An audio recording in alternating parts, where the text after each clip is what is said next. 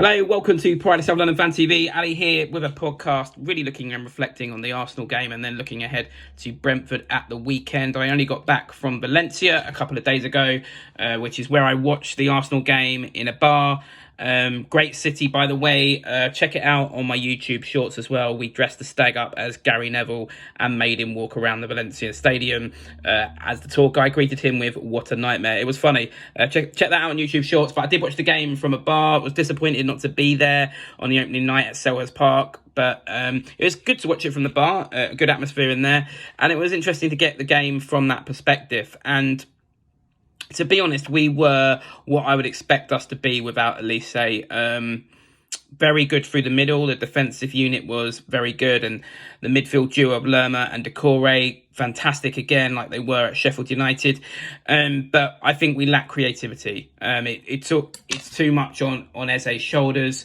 They're able to crowd him out, and we weren't able to unlock Arsenal despite going down to 10 men. I said when Arsenal went down to 10 men on a Palace WhatsApp group that I'm on, I said that I thought this could be a little bit embarrassing for us, that I didn't think we had the creativity to do it, and we didn't. And to be honest, I've read some people on social media saying that we were unlucky not to get a draw.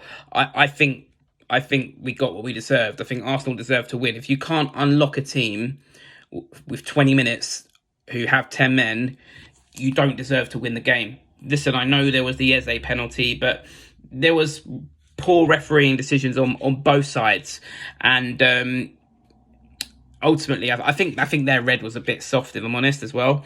I lean on that side. Some might disagree, but I think the result was fair. I thought Arsenal were the better team. They were better in their passing. Their passing movement was very, very good up until the sending off, and then they had to defend and become a strong unit, and we didn't have enough to break them down. So let's get into it through all the usual features, though. I'll start with Roy's rating. I'll give Roy a 6 because for me, there's not much more Roy could have done.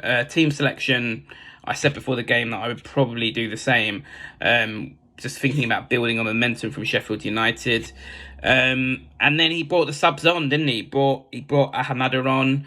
He reacted to the red card. He brought Raksaki on, and by the time you added up the added time on, Raksaki had at least 15 minutes on the pitch. But I think it was always going to be a tough ask for Roy. I don't think he can pick a much better team at the moment, although I'll get onto that. There's one player, I think, one position that we could swap. I'll get onto that when we get onto the Brentford game at the end of this podcast. But I think there's not much more he could have done. And in terms of the substitutions, I said it when they went down to 10 men. I just didn't think we had enough on our bench to unlock them. You know, Ahamada is a promising player. Raksaki is a very promising player, but it's a lot on their shoulders to come on and expect them to change a game against a team who finished second in the Premier League last season.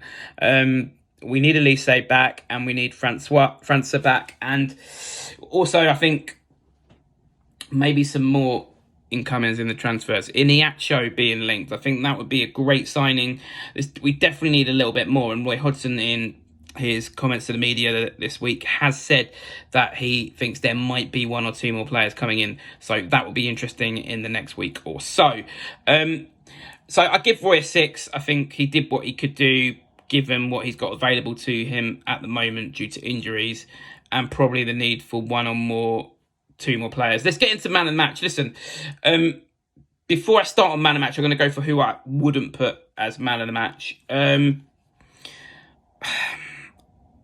I thought Eze didn't have his best game. I thought it was quite a poor game, if I'm honest. I might get some stick for that, but I thought he was a bit slow and ponderous at times. Some of that comes down to what I was saying, that without Elise, it's all on his shoulders, which was my fear with Elise going, which he's not, which is hilarious. And I know that we taunted the Chelsea fans in the Homestell, but I think that once in that kind of game, against that kind of opposition, we need someone of the quality of Elise, and that would have helped Eze out a lot. And I don't think it was Eze's best night at all. Listen, this is I wouldn't say controversial, but it's one that splits the fan base. But in my opinion, if we want to be a top 10 club, our fullbacks are not good enough. Yes, Joel Ward did a good job on the whole on Saka, on Martinelli, but there was I would say in the first 15 minutes, there was a couple of times when Martinelli was free in the box and we got away with it, that they didn't find him. But he did have a very good, solid game.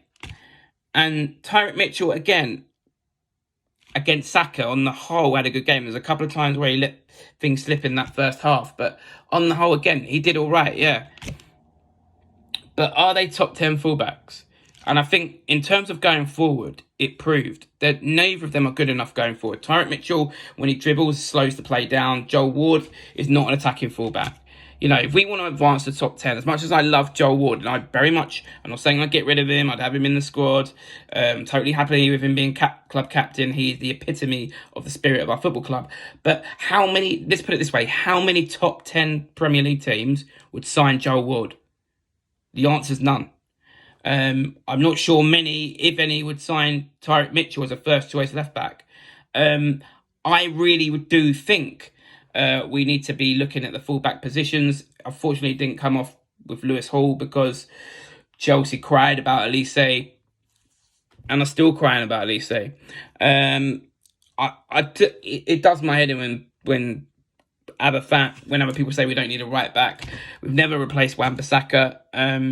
I know there's a promising right back in the academy, but if he was ready right this season, he would be in the squad right now. We cannot go into this season, in my opinion, expecting to finish top 10 with Nathaniel Klein and Joel Ward as our right backs in 2023. So, listen, some people will find that harsh. It splits the fan base, but that's my opinion on the fullbacks.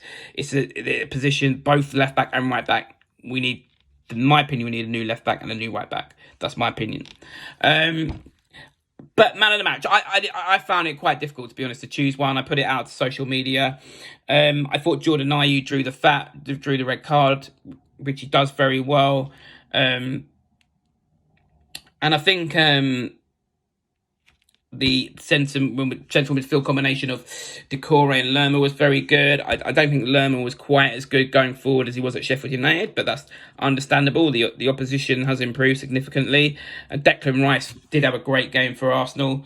But I think I agree with what people said on social media. I think that Mark Gahey had a great game, and I'll just keep coming back to it. How Chelsea let him go for 18 million when they then went on to spend so much money on dross like Koulibaly, just shows everything that's wrong with that football club. And they've done it again. They've sold another talented young player in Lewis Hall. So don't cry about Elise, because that's why probably young players look at your football club and think, actually, do I really want to go there? So I'd go for Gahey, another great game. Let's hope that we hang on to him. Let's hope we hang on to Anderson. Liverpool linked to Decore, links to Man City with Eze. I don't see us selling anyone. I do think we might get one or two more in. Dean Henderson linked. For me, the one I'm really looking at and hoping for is Iheanacho of Leicester. I know a few Leicester fans from podcasts, one Leicester podcast Beyond the 90, they really don't want to lose him. That's always a good sign.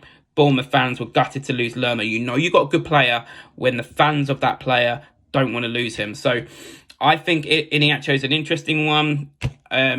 It could then see Edouard being moved to the left, which I think is an interesting thing we haven't explored since Vieira's first season. Let's wait and see. But man of the match for me, Gahey. I thought it was the right and fair result on Monday. If you disagree with me, let me know. Let me know your man of the match in the comments below. Looking ahead to Brentford, there's one position that I think needs to be reviewed for that game, and that's Jeffrey Schlupp. I'm sorry. I don't think he was great against Sheffield United, and I thought he was underwhelming against Arsenal.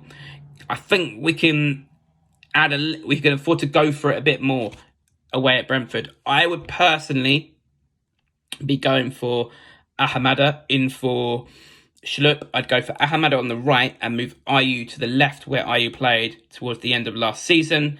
And I would bring back Saki off the bench still. And have Schlupp on the bench, because Schlupp can bring a lot of some good energy off the bench. Let me know what you would change for the Brentford game. That would be my one and only change, would be Ahamada in for Schlupp. There's not a lot else we can do at this point until we get those 1 or 2 new faces in and those injuries come back, like Elise and França. But what I would finish with is, on a positive, is I think, we only lost 1-0 to Arsenal. We got the win at Sheffield United. I think we've done what we should be doing so far. Brentford is a different one, top 10 club. Let's get at them. I'll be doing a review of that. Let me know your thoughts, as always, in the comments below. Do you think it was the right result on Monday? What changes did you make for Brentford? And as always, press that subscribe button if you've enjoyed this.